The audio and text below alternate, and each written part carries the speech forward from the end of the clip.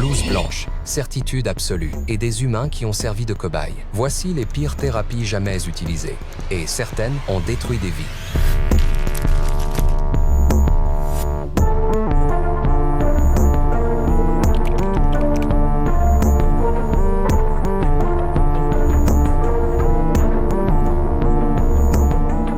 Certaines histoires peuvent être difficiles à entendre. Si un sujet ne vous intéresse pas ou vous met mal à l'aise, vous pouvez passer au suivant grâce au chapitre que j'ai ajouté dans la barre de lecture. Bon trêve de bavardage. Installez-vous, on commence.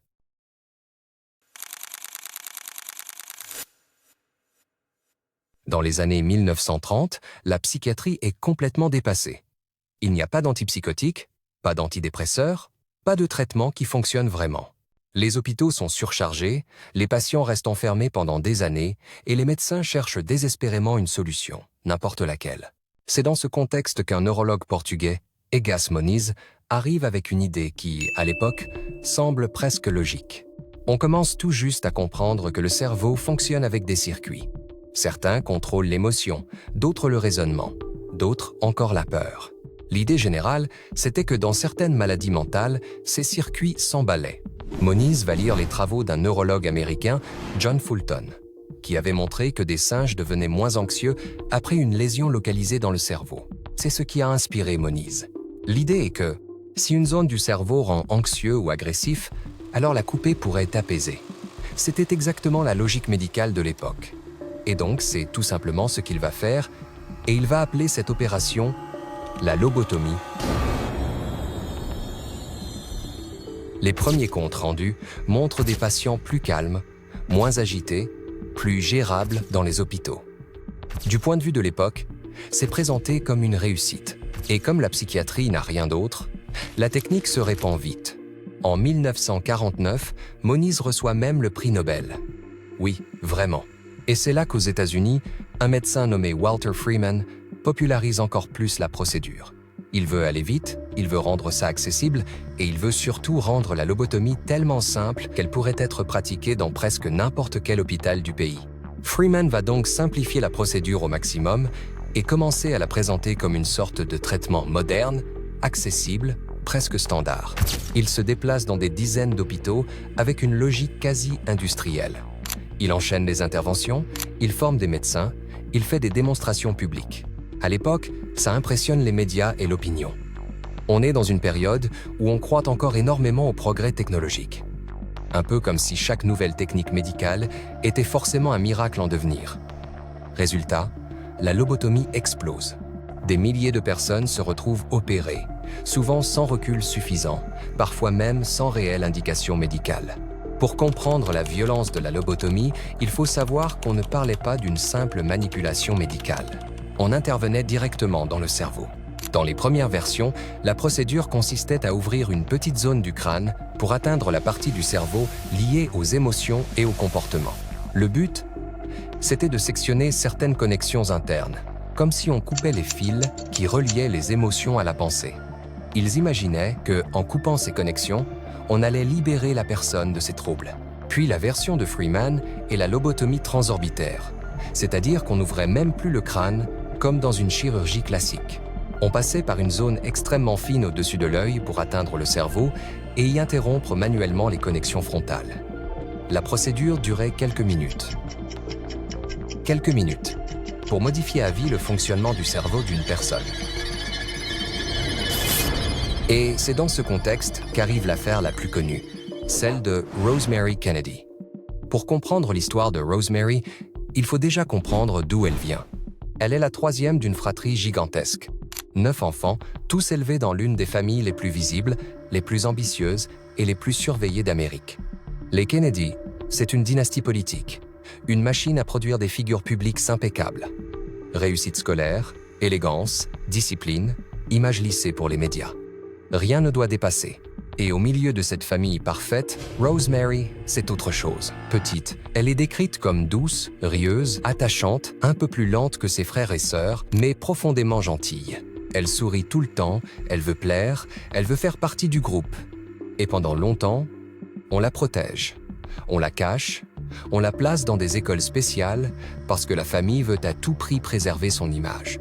À l'adolescence, la différence devient plus visible. Elle a des difficultés d'apprentissage, de fortes variations d'humeur, parfois des comportements impulsifs qu'on ne comprend pas encore à l'époque. Et comme elle vit dans une famille obsédée par la réputation, chaque écart devient une source d'angoisse pour les parents, surtout qu'à l'époque, tout ce qui touchait à la santé mentale était extrêmement stigmatisé. Et c'est là que tout bascule. Walter Freeman est présenté comme le spécialiste capable d'apporter une réponse rapide aux troubles du comportement. La famille accepte donc qu'elle soit opérée. L'intervention ne se passe pas du tout comme prévu. Rosemary perd une grande partie de son autonomie, de ses capacités de communication et ne pourra plus vivre de manière indépendante. La famille l'enverra vivre dans une institution spécialisée où elle restera toute sa vie, loin des médias et même loin de ses proches pendant des années. L'affaire ne deviendra publique que bien plus tard et elle deviendra alors l'un des symboles les plus frappants des conséquences dramatiques de la lobotomie et des excès de cette période. Cette histoire va énormément marquer les esprits. Elle montre d'un coup à quel point la technique pouvait être risquée, imprévisible et surtout utilisée trop vite sous la pression sociale ou médicale. À partir de là, l'opinion commence à changer. On se rend compte que la lobotomie n'est pas une avancée, mais un aveuglement collectif. D'abord parce que, dans de nombreux hôpitaux, on se rend compte que les effets réels ne correspondent pas du tout aux promesses initiales. Là où la technique était présentée comme un traitement qui devait apaiser, améliorer le quotidien et offrir une seconde chance, les équipes constatent surtout une perte d'autonomie, un appauvrissement des capacités et, dans beaucoup de cas, une absence totale d'amélioration sur le plan psychique. En clair, les résultats sont loin d'être ceux annoncés par ses défenseurs. Vous avez d'ailleurs sûrement déjà entendu quelqu'un dire « il est complètement lobotomisé ». Cette expression vient directement de là. À l'époque, la lobotomie modifiait tellement le comportement des patients qu'on disait qu'ils perdaient leur spontanéité, leur énergie, leur personnalité. Le terme a fini par passer dans le langage courant pour désigner quelqu'un qui semble éteint, passif, absent, comme si on lui avait coupé son esprit. C'est quand les premiers médicaments psychiatriques arrivent que l'ensemble du système médical abandonne rapidement la pratique. Freeman devient de plus en plus critiqué, au point d'être quasiment exclu de la communauté scientifique. Avec le recul, la lobotomie devient un symbole, un cas d'école. Pas seulement une erreur médicale, mais le reflet d'une époque où l'on avançait trop vite, avec beaucoup d'espoir mais très peu de précautions. Elle montre ce qui peut arriver quand la science manque de recul, quand les solutions sont adoptées avant d'être vraiment comprises et quand la détresse des patients pousse à accepter des méthodes qui n'ont pas été suffisamment testées.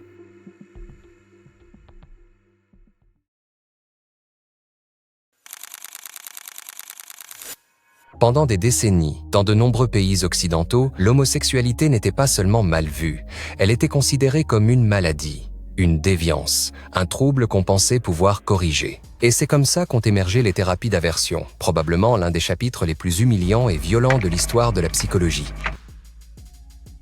Les familles, les écoles, les médecins, tout un système entier guidait les personnes vers ces soi-disant traitements. On ne leur proposait pas de l'aide, on leur proposait de changer. Et ne pas changer signifie être rejeté, enfermé et corrigé. Il y en a plusieurs sortes de thérapies de conversion qui ont été faites, donc je vais vous en représenter les principales.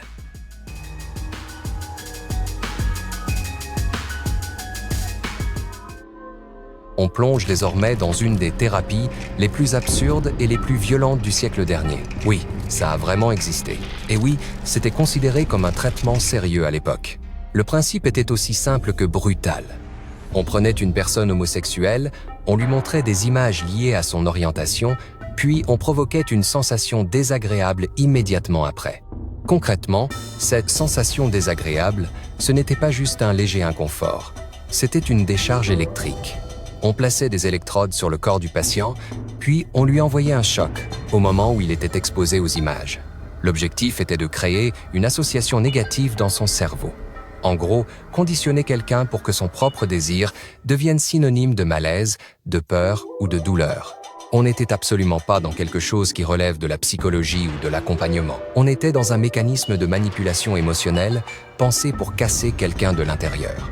Ce qui choque encore plus, c'est la façon dont c'était fait. Dans certains hôpitaux, ces séances étaient considérées comme de simples protocoles médicaux, programmés dans un agenda comme n'importe quel autre rendez-vous. Et c'est là que résidait une grande part de la violence. Ce n'était pas un acte exceptionnel, mais bien une routine médicale.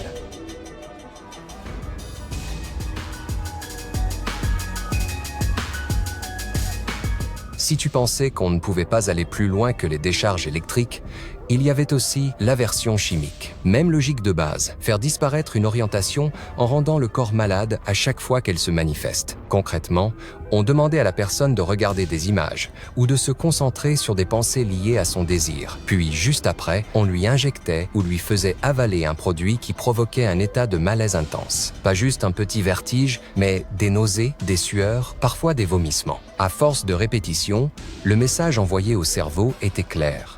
Chaque fois que tu penses à ça, tu vas le payer physiquement. L'homosexualité devenait associée à quelque chose de toxique, au sens littéral. Là encore, on n'est pas dans une démarche de soin, mais dans un pur conditionnement. On utilisait le corps comme instrument pour apprendre à quelqu'un que ses propres émotions étaient dangereuses, voire interdites. On fabriquait un réflexe de rejet, non pas d'un comportement, mais de soi-même.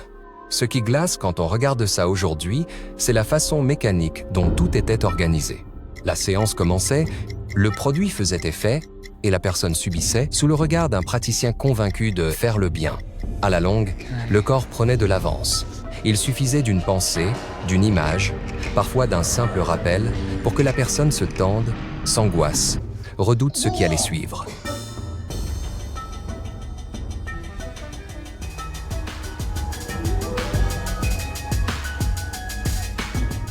Et maintenant qu'on a vu la version électrique et la version chimique, on attaque une autre méthode tout aussi violente, mais encore plus insidieuse. Ici, pas de machine, pas de produit, pas de câble. Le traitement, c'était le thérapeute lui-même. Le principe est littéralement de casser quelqu'un de l'intérieur. On imposait à la personne un ensemble de règles, de comportements, d'attitudes soi-disant acceptables, et chaque fois qu'elle exprimait quelque chose lié à son orientation, un mot, un geste, ou même une émotion, elle se faisait punir. Pas physiquement, mais psychologiquement. Humiliation, remarques agressives, dévalorisation, menaces d'isolement, critiques répétées. C'était une stratégie pour faire comprendre que chaque aspect naturel de son identité était dangereux, inapproprié ou honteux. C'était une sorte de dressage émotionnel. Certaines personnes racontent qu'elles entraient dans la salle avec une boule au ventre parce qu'elles savaient qu'à la moindre erreur, à la moindre trace d'elles-mêmes, le thérapeute la pointait du doigt comme un défaut à corriger. On ne cherchait pas à comprendre, mais à effacer ce qui ne convenait pas.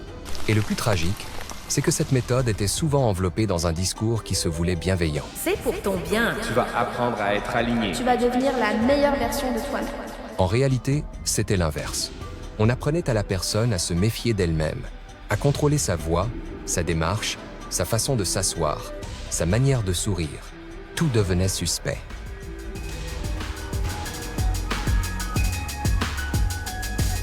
Parmi toutes les méthodes utilisées pour corriger entre guillemets l'homosexualité, celle-ci a l'air peut-être plus soft de l'extérieur, mais qui est en fait ultra violente psychologiquement.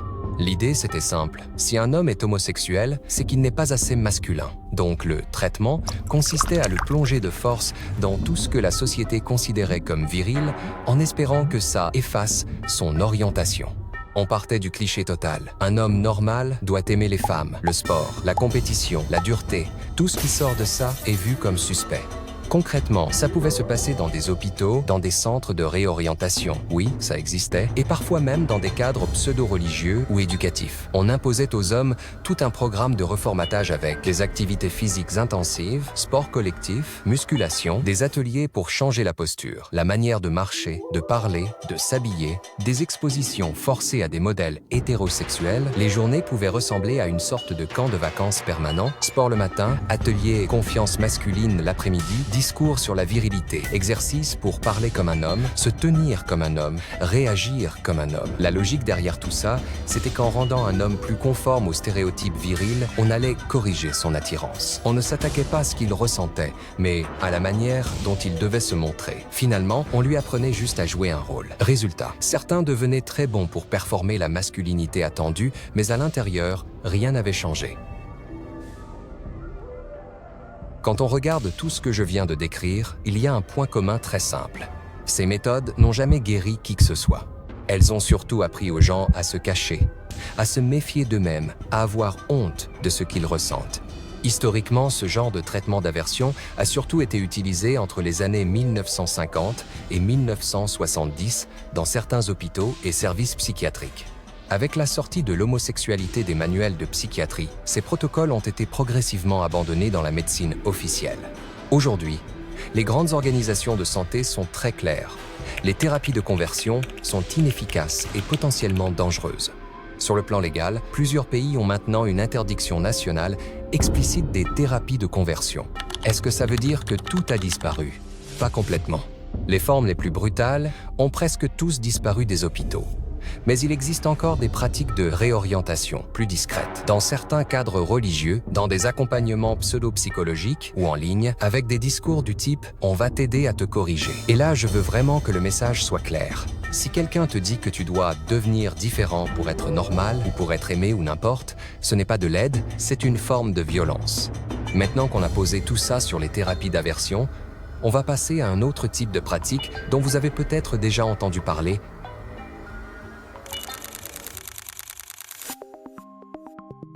Comme on a pu déjà le voir, dans les années 1930, les hôpitaux psychiatriques sont submergés. Les personnes souffrant de troubles sévères peuvent rester internées des décennies entières. Il n'existe aucun traitement médicamenteux efficace pour les dépressions majeures, la schizophrénie ou les crises maniaques. Les médecins tentent des approches très expérimentales, dont les bains glacés, privations sensorielles, etc. D'ailleurs, si ça vous intéresse, j'en ai fait une vidéo et le lien est dans la bio. Bref, c'est une période où la médecine avance à tâtons, portée par quelques intuitions, souvent sans véritable preuve. C'est dans ce contexte que deux psychiatres italiens, Ugo Cerletti et Lucio Bini, vont observer quelque chose qui va les influencer. À l'époque, certains abattoirs utilisaient de brèves décharges électriques pour étourdir les animaux avant l'abattage. Cerletti remarque que, malgré le choc, ils reprennent conscience après quelques instants.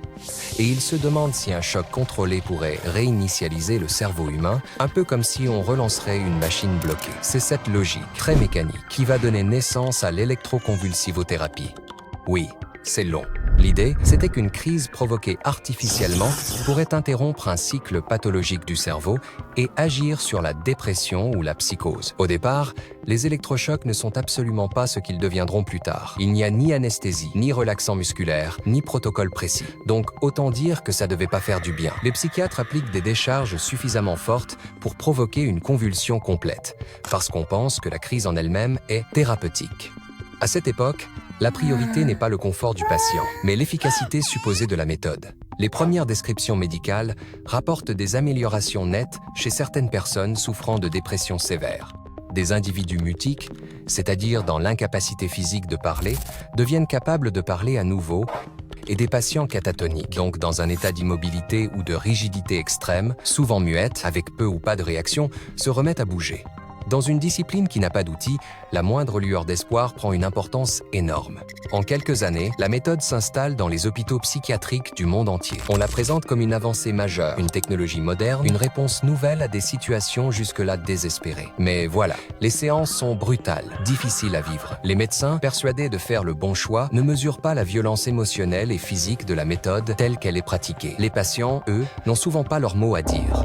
Et très vite, les critiques apparaissent. Journalistes, familles, écrivains, beaucoup dénoncent une technique appliquée trop vite, trop largement, parfois même sans réelle justification clinique. Le tournant majeur des premiers médicaments psychiatriques font leur apparition et le paysage de la psychiatrie change littéralement. Les électrochocs non contrôlés commencent à apparaître pour ce qu'ils sont. Une méthode utile dans certains cas, mais profondément rudimentaire telle qu'elle était appliquée. Ce qui sauve l'électrochoc, ce n'est pas son passé, mais sa transformation. Au fil des années, les médecins revoient totalement la technique. On ajoute l'anesthésie générale, des relaxants musculaires, des dosages précis, des machines calibrées. Le traitement devient méconnaissable par rapport à ses débuts. Ce n'est plus ce choc brutal des années 1930, c'est une intervention très contrôlée, utilisée pour des dépressions sévères résistantes aux médicaments dans un cadre strict avec un consentement éclairé. Si tu es encore là à la fin de cette vidéo, c'est qu'elle t'a probablement plu. Il reste encore beaucoup de traitements et donc beaucoup d'histoires à raconter. Si tu veux que cette série continue, aide-moi à la faire vivre. Like la vidéo, abonne-toi, partage-la, active la petite cloche et surtout, dis-moi en commentaire si tu veux un épisode 2 et ce qu'il t'a marqué lors de cette vidéo. Merci et à bientôt j'espère.